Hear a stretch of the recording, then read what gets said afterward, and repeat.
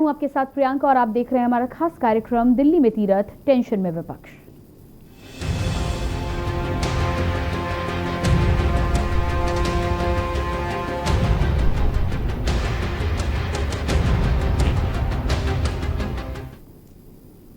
उत्तराखंड में 2022 के विधानसभा चुनाव से पहले एक बार फिर दिल्ली पर सबकी निगाहें टिक गई हैं। आपको बता दें कि एक ओर जहां मुख्यमंत्री तीरथ सिंह रावत को बीजेपी हाईकमान ने दिल्ली तलब किया है, तो वहीं दूसरी ओर कांग्रेस में नेता प्रतिपक्ष के चयन पर अभी भी माथापच्ची जारी है।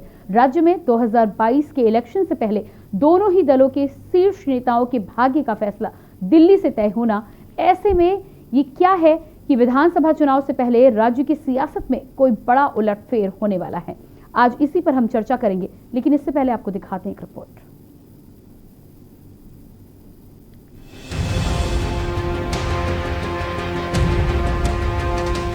देवभूमि उत्तराखंड में अगले साल होने वाले विधानसभा चुनाव से पहले एक बार फिर उत्तराखंड की राजनीति में बड़े बदलाव के संकेत मिल रहे हैं। दरअसल बीजेपी हाईकमान ने मुख्यमंत्री तीरथ सिंह रावत को दिल्ली तलब किया। जानकारी के मुताबिक तीरथ सिंह रावत ने रात 12 बजे के बाद पार्टी के राष्ट्रीय अध्यक्ष जेपी नड्डा और गृह मंत्री अमित शाह से मुलाकात की। केंद्रीय गृह मंत्री अमित शाह के निवास पर नेताओं के बीच मुलाकात हुई। इस बैठक में अगले साल होने वाले उत्तराखंड विधानसभा चुनाव के सिलसिले में बातचीत की गई। साथ ही सीएम तीरथ सिंह रावत के उपचुनाव लड़ने को लेकर क्या रणनीति बनाई जाए, इसका मंथन भी किया गया। देखिए, जहाँ तक माननीय मुख्यमंत्री तीरथ जी के दिल्ली जाने का सवाल है, तो चिंतन बैठक के तुरंत बाद जो वहाँ पर चीज़ें तय हुई हैं, माननीय प्रधानमंत्री जी और माननीय राष्ट्रीय अध्यक्ष जी के कार्यक्रमों के बारे में निर्णय लिया गया है, उसके बारे में चर्चा करने, अवगत कराने के लिए माननीय मुख्यमंत्री जी वहाँ गए हैं। और इसके अलावा जो उपचुनाव होना है, जिससे माननीय तीरथ जी को लड़ना है, उसके बारे में भी औपचारिक चर्चा होनी थी, तो वो भी शायद उस बारे में हुई होगी। तो ये एक सामान्य बैठक है जो पार्टी के क्रियाकलाप से जुड़ी है। जहाँ तक कांग्रेस का सवाल है, तो कांग्रेस में भारी घमासान चल रहा है। कांग्रेस में नेता प्रतिपक्ष की कुर्सी पर मंथन अभी बाकी है। चर्चा यह है कि मामला सिर्फ एक कुर्सी का नहीं, नेता प्रतिपक्ष की कुर्सी के साथ ही प्रदेश कांग्रेस अध्यक्ष की कुर्सी के लिए भी खींचतान मची है। कांग्रेस साफ तौर पर दो खेमों में बट गई है, लेकिन पार्टी आलाकमान चुनावी साल में इस मामले को कमरे के भीतर ही निपटा देना चाहते हैं। पूरा मंथन के लिए सारे विधायकों को दिल्ली बुला करके काम हो गया और शायद संभवतः प्रभारी जी और सीनियर लीडरों से भी कुछ लीडरों से बात हुई होगी और उसके लिस्ट से सोनिया जी को आज शायद संभवतः सबमिट कर देंगे। और हमारा अध्याय ऐसा कुछ नहीं है, डेमोक्रेटिक प्रक्रिया, उसमें थोड़ा विचार विमर्श किया जाता है, करना चाहिए, किया है, तो उसका रिजल्ट भी जल्दी आ जाएगा। सोनिया जी अंतिम निर्णय लेंगी, वो हमारे अध्यक्ष हैं। इसके बाद ये सवाल तो बीजेपी के सामने और प्रदेश के सामने एक संकट का हो रहा है, एक संवैधानिक संकट प्रदेश में खड़ा होने वाला है कि मुख्यमंत्री जी को भी दिल्ली तरफ किया गया। संभावना इसी बात की है कि वो चुनाव लड़ेंगे तो कैसे लड़ेंगे। कांग्रेस में मचे घमासान के बीच आम आदमी पार्टी भी दोनों दलों पर हमलावर हो गई। आपके प्रदेश प्रवक्ता नवीन पीरशाली का कहना है कि आम आदमी पार्टी के बढ़ते कद को देखते हुए दोनों ही दल चिंता में है। यही वजह है कि बार बार दिल्ली का रुख करना पड़ रहा है। कांग्रेस में नेताओं की गुटबाजी की यह वजह है कि 10 विधायकों में भी नेता प्रतिपक्ष का चयन नहीं हो पा रहा है। कांग्रेस में नेताओं की गुटबाजी की वजह से 10 विधायकों में भी नेता प्रतिपक्ष का चयन नहीं हो पा रहा है। देखिए, दोनों ही पार्टियां, चाहे भारतीय जनता पार्टी हो चाहे कांग्रेस हो, उत्तराखंड की बर्बादी के लिए पूर्ण तौर पर जिम्मेदार हैं। जब से आम आदमी पार्टी एक विकल्प के तौर पर उत्तराखंड में उभरी है, तब से दोनों ही पार्टियां घबराई हुई हैं और घबराहट में इनके हाईकमान बार बार इनके वरिष्ठ नेताओं की बैठक बुलाते हैं और स्थिति का जायजा लेते हैं। आप ये देखिए कि कांग्रेस आज एक डूबता हुआ जहाज है। एक छोटे से बात के लिए, नेता प्रतिपक्ष के लिए उनमें आम राय नहीं बन पा रही है, जो साफ तौर पर कांग्रेस की गुटबाजी की ओर इशारा करता है और उनकी महत्वाकांक्षा की तरफ इशारा करता है। और ऐसे में आपने देखा होगा कि कांग्रेस ने कभी भी इस राज्य और इस राज्य की जनता के हित में कोई फैसले नहीं लिए। उनको केवल और केवल सत्ता लोलुपता है और सरकारी सुविधाओं का सुख भोगने की आदत है। विधानसभा चुनाव से पहले बीजेपी कांग्रेस में मचे घमासान से सबकी निगाहें दिल्ली में टिक गई है। देखना बड़ा दिलचस्प होगा कि क्या राज्य में उपचुनाव होंगे, क्या राज्य में संवैधानिक संकट खड़ा होगा।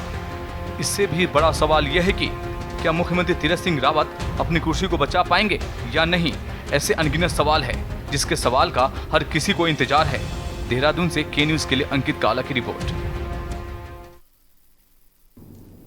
तो देवभूमि के दंगल में आज हम बात कर रहे हैं जिस तरह से दिल्ली में तीरथ सिंह रावत को तलब किया गया है, और ऐसे में कांग्रेस की भी यदि बात की जाए तो कहीं ना कहीं कांग्रेस में भी हलचल का माहौल है। जिस तरह से हमने देखा कि नेता प्रतिपक्ष को लेकर ही एकजुट राय नहीं हो पा रही है, लंबा समय बीत चुका है और कुछ ही समय बचा है आगामी विधानसभा चुनाव के लिए। ऐसे में कांग्रेस में भी मुख्यमंत्री पद के चेहरे पर अभी तक कोई राय नहीं बन पाई है, तो तमाम सवाल खड़े हो रहे हैं और इन तमाम सवालों को लेकर हम बातचीत करेंगे। हमारे साथ गेस्ट का एक पैनल जुड़ेगा। रमेश कुमार जी भाजपा से हमारे साथ जुड़ेंगे, आपका बहुत बहुत स्वागत है। मथुरा दत्त जोशी जी कांग्रेस से हमारे साथ जुड़े, आपका भी बहुत बहुत स्वागत है। राहुल शेखावत राजनीतिक विशेषज्ञ भी हमारे साथ जुड़े, आपका भी बहुत बहुत स्वागत है। सबसे पहले रमेश कुमार जी आपके पास आएंगे, और जिस तरह से उत्तराखंड के मुख्यमंत्री तीरथ सिंह रावत को दिल्ली तलब किया गया है, अर्जेंट बुलाया गया है और उसके बाद उनकी मुलाकात हुई है गृह मंत्री के साथ, राष्ट्रीय अध्यक्ष जेपी नड्डा के साथ, क्या मायने निकाल सकते हैं, क्या वजह है जो इतनी अर्जेंसी में बुलाना पड़ा है? और साथ ही साथ चुनाव को लेकर जब तमाम तरह की बात हो रही है, उपचुनाव को लेकर बातचीत हो रही है, तो उसको लेकर भी मामला साफ नजर नहीं आ रहा है, क्या कहना है आपका? देखिए, अभी 3 दिवसीय चिंतन बैठक समाप्त हुई है और बहुत सारी चीजें हैं।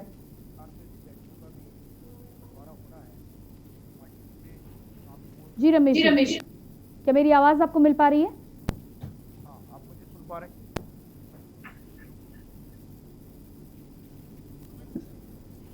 शायद संपर्क हमारा ठीक प्रकार से नहीं हो पा रहा है। हम लगातार यहाँ पर देख रहे हैं कि किस तरह से उत्तराखंड की राजनीति में इन दिनों हलचल मची हुई है। एक तरफ भाजपा के मुख्यमंत्री तीरथ सिंह रावत को जहां दिल्ली ने तलब किया है, दिल्ली पहुंचे हैं, मुलाकात की है गृह मंत्री अमित शाह से, साथ ही साथ राष्ट्रीय अध्यक्ष जेपी नड्डा से। इसके क्या मायने निकाले जाए तो आगे आने वाले समय में ही पता चलेगा। लेकिन उसके साथ ही साथ उत्तराखंड की राजनीति में कांग्रेस में भी हलचल का माहौल बना हुआ है। नेता प्रतिपक्ष के चुनाव को लेकर जहां कांग्रेस में एक राय नहीं हो पा रही है, वहीं लंबा समय बीत चुका है, तमाम लोग ये जाना चाहते हैं, लेकिन उसके बावजूद भी मुख्यमंत्री पद के लिए चेहरा भी कांग्रेस में चुना नहीं जा सका है। तमाम राज्यों की तरह ही उत्तराखंड में भी कांग्रेस की स्थिति बनी हुई है। कहीं ना कहीं अपनी खोई गरिमा पाने के लिए, अपनी खोई पहचान पाने के लिए कांग्रेस लगातार लड़ाई करती हुई तो नजर आ रही है, लेकिन इस लड़ाई में सेनापति कौन होगा कांग्रेस की तरफ से, ये अभी तक तय नहीं हो पाया है। एक बार फिर से हमारे साथ सभी लोग जुड़ चुके हैं। रमेश जी आपका रुख करेंगे, क्या मेरी आवाज आपको मिल पा रही है? हाँ, मैं आपको सुन पा रहा हूँ। रमेश जी नहीं, राजेश नाम। जी माफ कीजिएगा राजेश जी। यदि मेरी आवाज आपको मिल पा रही तो मेरा सवाल यही था कि इतनी अर्जेंसी में मुख्यमंत्री को दिल्ली तलब किया गया, इसकी क्या वजह है, क्या वजह निकाली जा सकती है? क्योंकि अभी कुछ ही दिनों पहले मंत्रिमंडल की बैठक की हम यदि बात करते हैं, कैबिनेट की बैठक की और तमाम अन्य चर्चाओं की बात करते हैं, तो वो मुख्यमंत्री तीरथ सिंह रावत पहले ही करके आ चुके हैं, फिर अचानक बुलाने की क्या जरूरत पड़ गई? देखिए, 3 दिन का हमारा चिंतन शिविर था, हमारी पार्टी की रूटीन बैठकों में था। क्योंकि आगामी चुनाव बहुत निकट भविष्य में है और इस प्रदेश में किन किन योजनाओं पे काम किया जाए, पार्टी को कैसे मजबूत किया जाएगा, किन किन वादों को लेकर सरकार चुनाव के मैदान में आई थी, इन सारी विषयों की चर्चा हुई है। और माननीय राष्ट्रीय अध्यक्ष जी पूरे राष्ट्र के अध्यक्ष हैं, जब उनके पास से निर्देश मिलता है तो चूंकि मुख्यमंत्री जी को बुलाया गया है, तो एक जो पूरी बैठक में निचोड़ निकल के आया उसकी सारी विस्तृत रिपोर्ट, प्लस अभी दायित्वों का जो है बंटवारा भी होना है उत्तराखंड में कार्यकर्ताओं के लिए, इन सब विषयों को लेकर के ये कोई विशेष ऐसा नहीं है, ये रूटीन मुलाकातें होती हैं।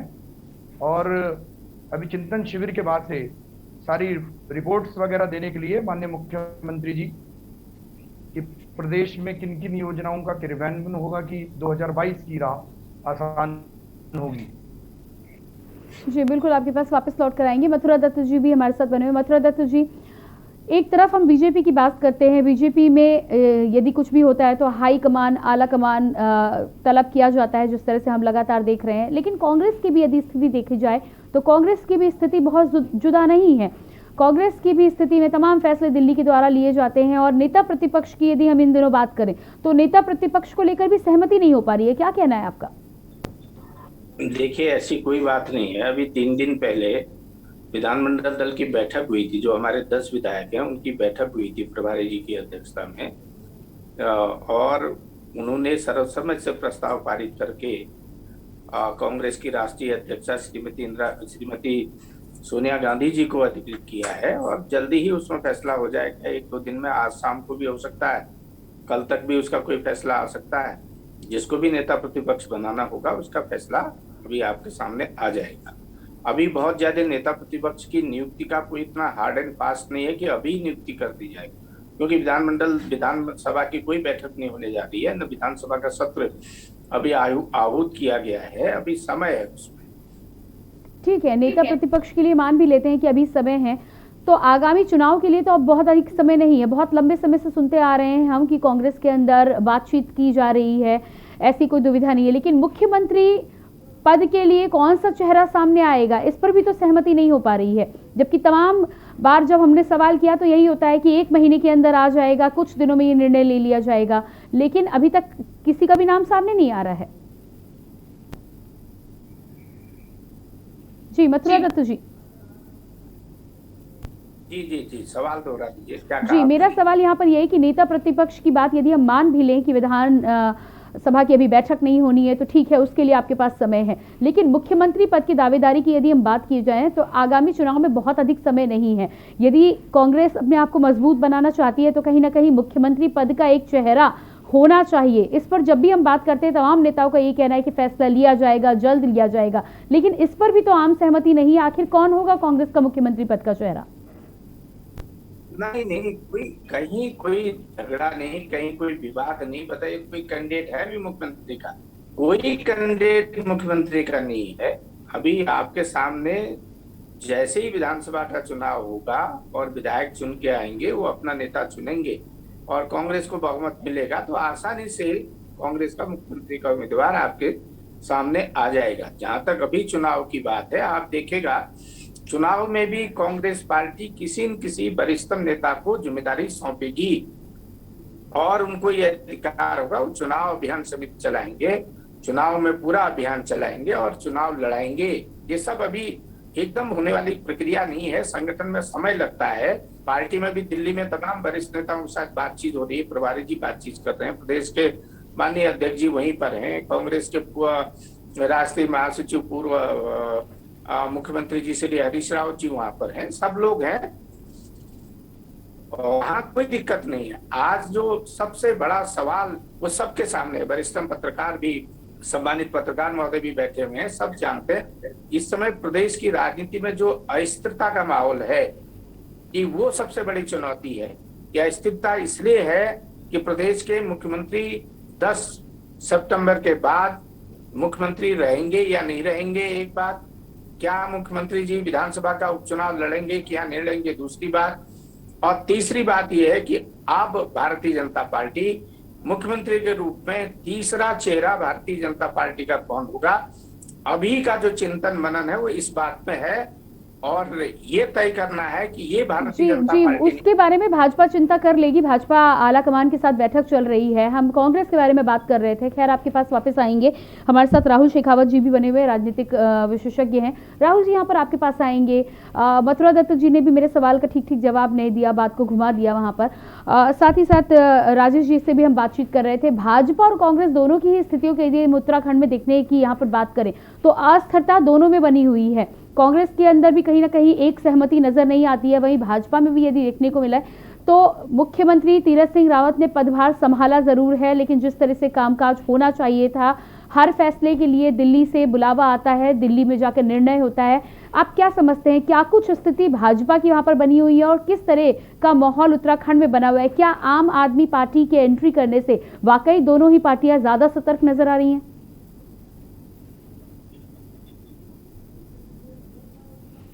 जी राहुल जी, क्या मेरी आवाज आपको मिल पा रही है? राहुल जी से शायद हमारा संपर्क नहीं हो पा रहा है। लगातार हम उत्तराखंड की राजनीति को लेकर यहाँ पर सवाल कर रहे हैं। राजेश जी, मेरी आवाज आपको मिल पा रही है? जी राजेश जी, क्या आप मुझे सुन पा रहे हैं? हेलो, मेरी आवाज आ रही है? हेलो जी राहुल जी, क्या आप मुझे सुन पा रहे हैं? आवाज आ रही है? जी, आपकी आवाज आ रही है। मेरा सवाल आपसे यही था कि भाजपा और कांग्रेस दोनों में ही देखा जाए तो कहीं ना कहीं एक तरफ जहां कांग्रेस में सहमति नहीं बन पा रही है, वहीं बीजेपी में भी लगातार जिस तरह की घटनाएं होती जा रही हैं, औचक मुख्यमंत्री जी को बुलाया जाता है दिल्ली, ऐसे में पूरी तरह से राजनीतिक स्थिरता को तो हम यहां पर मान नहीं सकते हैं, कहीं ना कहीं माहौल ऐसा है कि संशय अभी भी बना हुआ है, किस तरह का आगे का समय होगा, कितनी लंबे समय तक मुख्यमंत्री पद पर रहेंगे या फिर किस सीट से चुनाव लड़ेंगे, उसको लेकर तमाम फैसले दिल्ली से होते हैं। क्या कहना है आपका, किस तरह की पृष्ठभूमि बन रही है? साथ ही साथ मेरा अगला सवाल ये कि क्या वाकई में आम आदमी पार्टी के उत्तराखंड में एंट्री से दोनों ही पार्टियां ज्यादा सतर्क हो गई हैं? देखिए, जहां तक आपका पहला सवाल है, पहले सवाल की बात ये देखिए, बीजेपी हो या कांग्रेस, दोनों ही पार्टियां हाईकमान कल्चर की पार्टियां रही है। दोनों के जो मसले मसाइल है वो दिल्ली यानी इनके हाईकमान में जाकर तय होते हैं।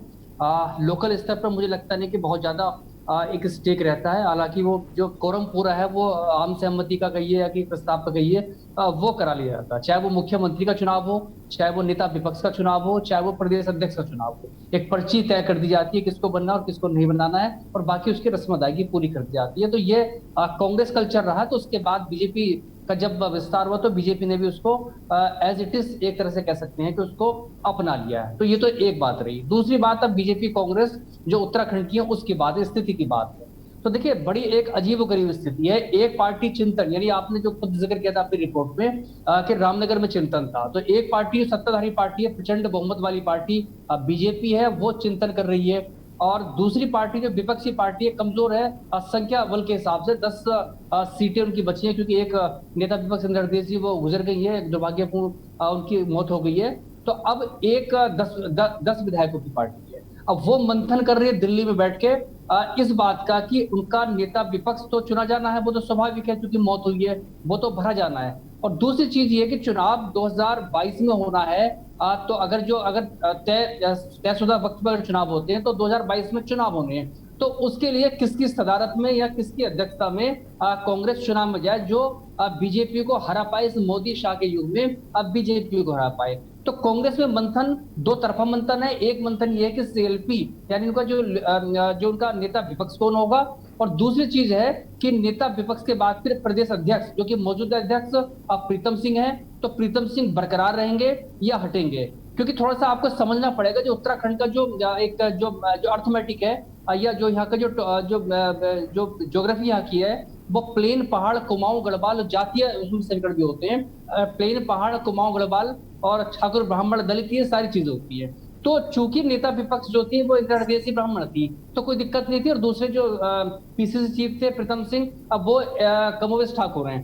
तो ये स्थिति खत्म। अब चूंकि नेता विपक्ष बना जाना है, नेता विपक्ष जो बनेगा वो विधायकों में से बनेगा, वो बाहर से नहीं बन सकता है। जो 10 विधायक हैं, तो जो वो अध्यक्ष, जो नेता विपक्ष बनेगा उसके हिसाब से फिर दूसरी जाति का एक अध्यक्ष बनाना पड़ेगा। तो ये एक बड़ा संकट, धर्म संकट बीजेपी के कांग्रेस के सामने है। अब ये मंथन का चल रहा है, इसमें अमृत कब निकलेगा, कैसे निकलेगा, ये देखना पड़ेगा। क्योंकि अंदर की जो कांग्रेस की जो गुटबाजी है, अब वो चरम पे, सब जानते हैं, बिल्कुल उसमें कोई कहने और सुनने की गुंजाइश नहीं है। नेता इसमें कहीं कोई दो राय नहीं है, वो पक्ष हो चाहे विपक्ष हो, सब जानते हैं कि उत्तराखंड में एज होल पार्टी, अगर नेता की बात करें तो हरीश रावत के कद का नेता कोई है नहीं, कांग्रेस के पास तो नहीं है, लेकिन अदरवाइज भी बात करें तो हरीश रावत एक बड़े कद के नेता है। लेकिन कांग्रेस में आप जानते हो कि आंतरिक जो संरचना है पार्टी की, तो वहाँ एक आपसी सिरफटबल है। तो ये तो रही कांग्रेस की बात। दूसरी बात, बिल्कुल माफ कीजिएगा राहुल जी, आपके पास वापस आएंगे। एक छोटे से ब्रेक के लिए हमें यहाँ पर रुकना होगा। आप सभी बने रहिएगा हमारे साथ। लगातार देवभूमि की दंगल में उत्तराखंड की राजनीति को लेकर हम चर्चा कर रहे हैं। जिस तरह से मुख्यमंत्री तीरथ सिंह रावत को दिल्ली तलब किया गया, साथ ही साथ विपक्ष में भी लगातार टेंशन बनी हुई है। ऐसे में क्या कुछ स्थिति बन पाएगी, क्या कुछ समीकरण उत्तराखंड में बनेगी, उसको लेकर चर्चा करेंगे। लेकिन उससे पहले रुकते हैं एक छोटे से ब्रेक के लिए।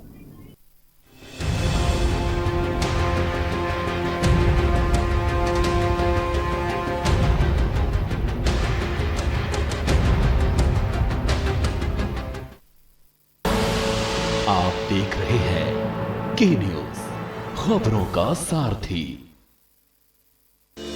चुनौतियों से लड़ा, विकास के पथ पर बढ़ा, मंजिलें मिलती जाती हैं, बिना रुके अब हर पल आगे बढ़ता है, मदद के लिए अब हाथ बेहिचक बढ़ाता है, अपने हौसले से अपनी जरूरतें पूरी करता है। उत्तर प्रदेश ने विकास के लिए अपने प्रयासों को रुकने नहीं दिया, जारी रखा, तेज गति से आगे बढ़ाए। विकास की बुनियाद में है आत्मनिर्भरता। जन जन के हित से अब हर फैसला जुड़ा होता है। नई सोच है, नया नजरिया है। हर दिन यहाँ कुछ नया होता है। हम सबको लक्ष्य को प्राप्त करने की ओर निरंतर आगे बढ़ना है और उस लक्ष्य के प्रति निरंतर किए गए प्रयास का परिणाम है कि हर एक क्षेत्र में आज उत्तर प्रदेश आगे बढ़ रहा है। तस्वीर बदल रही है और तकदीरें भी। यहाँ बदलाव अब सबको महसूस होता है। हर किसी का हुनर अब चमकता है। अपनी शक्ति का एहसास अब सबको होता है। एकजुट हैं अब सभी, क्योंकि समर अभी शेष है। ये नए भारत का नया उत्तर प्रदेश है।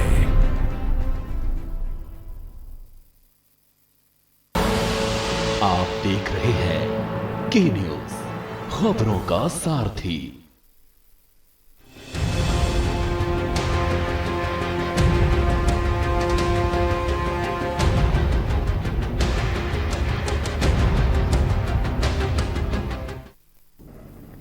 ब्रेक के बाद एक बार फिर से देवभूमि के दंगल में हम बात कर रहे हैं दिल्ली में तीरथ विपक्ष में टेंशन को लेकर। हमारे साथ गेस्ट लगातार बने हुए हैं। राजेश कुमार जी बीजेपी से हमारे साथ हैं, मथुरा दत्त जोशी जी कांग्रेस से हमारे साथ हैं और साथ ही साथ राहुल शेखावत जी राजनीतिक विशेषज्ञ हमारे साथ लगातार बने हुए हैं। चर्चा करेंगे, चर्चा को आगे बढ़ाते हैं एक बार फिर से। राहुल जी, यहाँ पर हम आपसे बातचीत कर रहे थे, माफ कीजिएगा आपकी बात को मैंने बीच में यहाँ पर रोका था, आप अपनी बात पूरी कर सकते हैं। दूसरा सवाल मेरा यहाँ पर आपसे ये भी था कि आम आदमी पार्टी के आ जाने से क्या आपको लगता है कि भाजपा और कांग्रेस दोनों ही कुछ ज्यादा ही सतर्क हो गई हैं और इसीलिए रणनीति को लेकर लगातार दिल्ली से आवागमन और दिल्ली से लगातार तार जुड़े हुए हैं?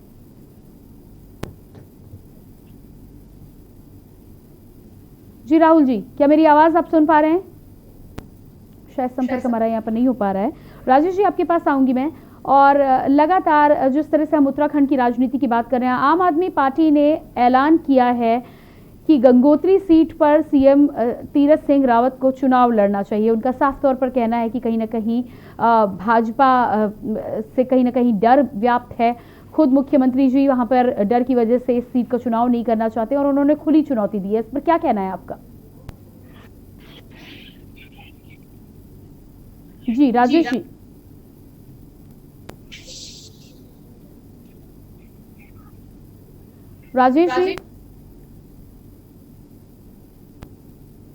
राजेश जी से शायद हमारा संपर्क नहीं हो पा रहा है, नेटवर्क की वजह से प्रॉब्लम है यहाँ पर। मथुरा दत्त जी, क्या मेरी आवाज आपको मिल पा रही है? जी हाँ, मेरी जी मथुरा दत्त जी, आपके पास यहाँ पर आएंगे। आम आदमी पार्टी ने जिस तरह से उत्तराखंड की राजनीति में एंट्री करी है, माना जा रहा है कि सारी 70 की 70 विधानसभा सीट पर चुनाव आम आदमी पार्टी लड़ेगी, उसके लिए जोर शोर से तैयारी कर रही है। कहीं ना कहीं अपने कार्यकर्ताओं को बढ़ाने के लिए कैंपेनिंग भी हो रही है आम आदमी पार्टी को लेकर। कितना बड़ा खतरा मानते हैं आप आम आदमी पार्टी को उत्तराखंड में? देखिए, लोकतंत्र में हर राजनीतिक दल को अधिकार है वो चुनाव मैदान में कूदे और चुनाव लड़े और अपनी अहमियत को पहचाने। तो आम आदमी पार्टी भी एक राजनीतिक दल है, दिल्ली में उनकी सरकार है, उनके लोग यहाँ पर आ रहे हैं, वो अपना प्रयास कर रहे हैं। पहले भी उन्होंने पिछली विधानसभा में प्रयास किया था, विधानसभा में भी कर रहे हैं, लेकिन कोई चुनौती उनकी नहीं है और कहीं पर भी उनके आने से कोई फर्क कांग्रेस को पड़ने वाला नहीं है। अच्छा है, वो चुनाव लड़े, कोई दिक्कत नहीं है, उनका स्वागत है। और हमारे को क्या, कांग्रेस तो अपनी नीतियों पर, अपने सिद्धांतों पर चुनाव लड़ती है, अपने कार्यक्रमों पर चुनाव लड़ती है, पहले भी लड़ती रही, आगे भी लड़ेगी। जो हमने काम किया है उसको आगे लेकर हम जाएंगे। और जो भारतीय जनता पार्टी की नाकामी है और जो जिस तरीके से 5 साल हर वर्ग की उपेक्षा करने का काम सरकार ने किया, उन लेकर हम लोग चुनाव में जाएंगे और आराम से चुनाव लड़ेंगे। कहीं कोई दिक्कत नहीं, हमारे कार्यकर्ता बिल्कुल मुस्तैद हैं, तैयार हैं, पूरी शक्ति के साथ चुनाव लड़ेंगे। लेकिन दिक्कत होगी तो भारतीय जनता पार्टी को दिक्कत होगी, हमें उससे कोई बहुत बड़ी दिक्कत होने वाली नहीं है। और हम आराम से, हमारे नेता सारे एकजुट होकर एक छतरी के नीचे एक साथ मिलकर विधानसभा का चुनाव लड़ेंगे। जी बिल्कुल। राहुल जी भी हमारे साथ बने हुए हैं लगातार। राहुल जी, क्या मेरी आवाज अब आपको मिल पा रही है?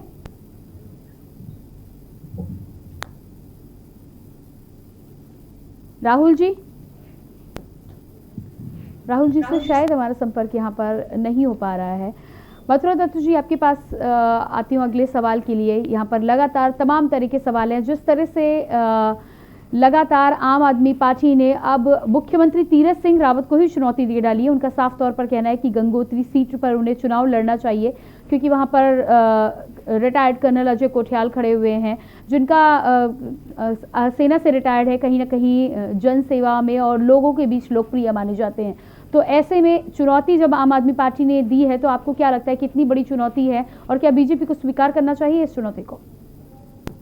नहीं, देखिए, सवाल बीजेपी की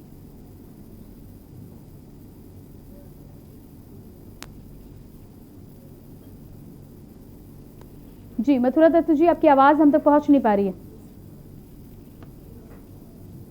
शायद संपर्क हमारे यहाँ ठीक प्रकार से नहीं हो पा रहा है। आप सभी लोग का जुड़ने के लिए बहुत बहुत शुक्रिया। मथुरा दत्त जी आपका भी बहुत बहुत शुक्रिया, राहुल जी आपका भी बहुत बहुत शुक्रिया और साथ ही साथ राजेश जी आपका भी बहुत बहुत शुक्रिया। तो यहाँ लगातार हम देवभूमि के दंगल में चर्चा कर रहे थे तीरथ सिंह रावत को जिस तरह से दिल्ली तलब किया गया है, जिस तरह से उत्तराखंड में चुनाव के लिए बातचीत हो रही है, उपचुनाव के लिए बातचीत हो रही है। ऐसे में कांग्रेस में भी आजकल हलचल नजर आ रही है। कांग्रेस में नेता प्रतिपक्ष के चुनाव को लेकर हालांकि कवायद बहुत तेज की जा रही है, लेकिन अभी तक चुनाव नहीं हो पाया है। देखना ये होगा कि उत्तराखंड की राजनीति में और क्या कुछ हलचल होती है, क्या कुछ देखने को मिलता है, इस पर हम अपनी नजर बनाए रखेंगे। फिलहाल हमारे आज के इस विशेष कार्यक्रम में इतना ही। बाकी खबरों की आप लगातार बने रहिए के न्यूज इंडिया के साथ। नमस्कार।